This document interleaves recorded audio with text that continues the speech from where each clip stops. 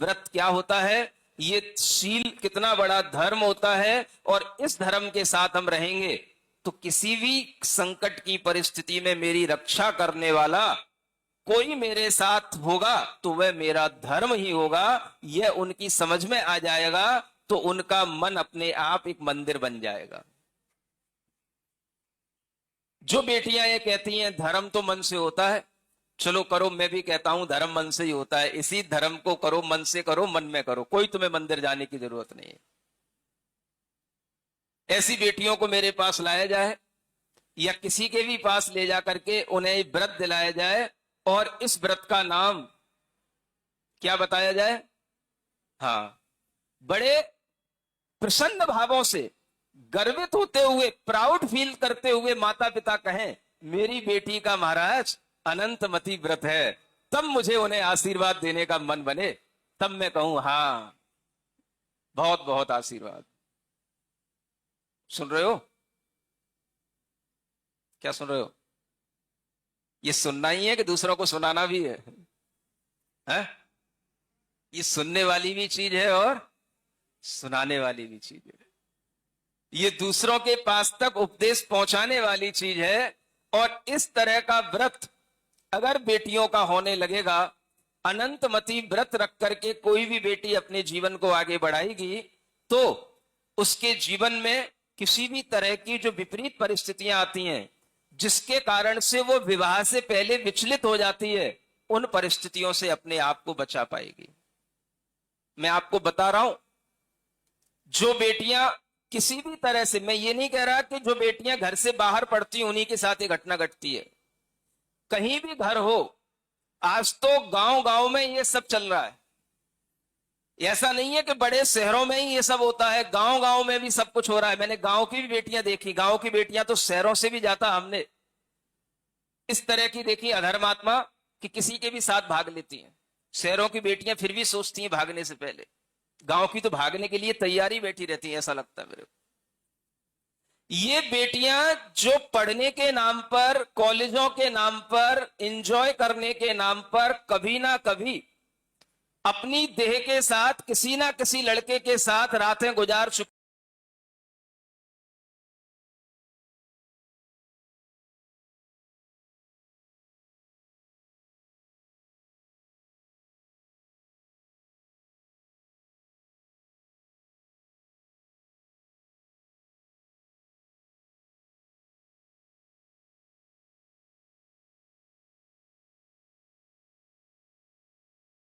होती हैं और फिर भी वह अपने आप में शुद्ध महसूस करती हैं। ये सब लड़कियों के साथ घटना घट चुकी होती है विवाह से पहले, और ये घटना अगर घटना बंद होगी तो सिर्फ इस अनंतमती व्रत के माध्यम से बंद हो सकती है।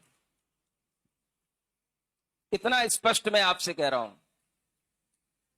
बच्ची का विवाह से पहले किसी भी तरह से उसके शरीर का संबंध दूसरे से ना हो, वह अपने शरीर से दूसरे लड़के के साथ न खेले, यह विचार अगर माता पिता के अंदर आए तो वह उसे अनंतमती का यह व्रत दिलवाएं, चाहे मंदिर में दिलवाएं, चाहे मुनि महाराज के पास दिलवाएं, चाहे आरिका माता के पास दिलवाएं। इस व्रत से उसकी रक्षा होगी, तभी वह बच्ची बड़े होकर के पढ़ लिख करके विवाह भी करेगी तो उचित वर के साथ में विवाह करके अपना धर्म पालन करेगी, और उसे कभी यह महसूस नहीं होगा कि मैंने अपने जीवन में कुछ गलत किया है, मेरे साथ कुछ गलत हुआ है। विवाह के उपरांत भी कई महिलाएं इस बात से दुखी रहती हैं जो उनके जीवन में विवाह से पहले घटित हो चुका होता है। मैं ये बात बता रहा हूं आपको, सब तरह के मेरे पास प्रायश्चित लेने के केस आते हैं। मैं किसी का नाम नहीं ले सकता, कह नहीं सकता, लेकिन इन घटनाओं को देख करके मैं बताना चाहता हूं कि इन घटनाओं से अगर हम अपनी पीढ़ियों को बचाना चाहते हैं तो आज के समय में मंदिर के लिए ढकेलने की जरूरत नहीं है, उसे मुनि महाराज या आरिका के पास ले जाकर के अनंतमती का व्रत दिलाने की जरूरत है।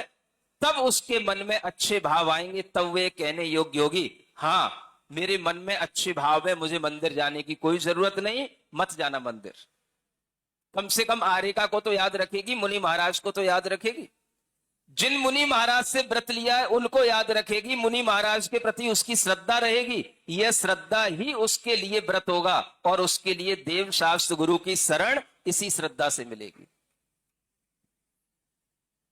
इसलिए आप देखना पुराने कथानकों में मंदिर जाने के लिए कोई प्रेरणा नहीं दी जाती, लेकिन जिसने एक बार निर्ग्रंथ मुनि महाराज से व्रत ले लिया वह बहुत बड़ा धार्मिक व्रती बन जाता है, चाहे वो यमपाल चांडाल ही क्यों ना हो।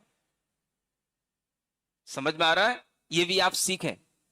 इसलिए एक बार अगर आप अपने बेटे बेटियों को इस तरह का व्रत दिलाते हैं तो फिर उनके लिए जो ये भाव बनता है कि मुझे मंदिर नहीं जाना, उन्हें अपने धर्म की रक्षा करने के लिए मुनि महाराज से संपर्क बना रहेगा। मंदिर मुनि महाराज भी कहलाते हैं, मुनि महाराज चलते फिरते मंदिर कहलाते हैं। वो बेटा बेटी मुनि महाराज के पास आ रहा है माने मंदिर ही आ रहा है। ये मानसिकता कब आपकी सुधरेगी, कब आप लोगों की बदलेगी, कब आप समझोगे कि धर्म क्या है और धर्म का स्वरूप क्या है। समझ में आ रहा है? तो धर्म क्या है? जो बेटा बेटी कहते हैं हाँ आत्मा के भावों का नाम धर्म है, उन बच्चों से कहो बेटा बिल्कुल सही कह रहे हो, एक बार मुनि महाराज को सुन तो लो कि कौन से भावों का नाम धर्म है। इन भावों का नाम धर्म है।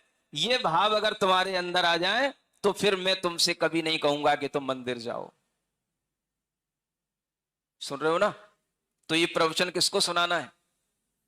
जो बेटा बेटी कहते हैं धर्म तो भावों से होता है, उन्हीं को सुनाना। बेटा कौन से भावों से धर्म होता है, भाव भी तो जान ले।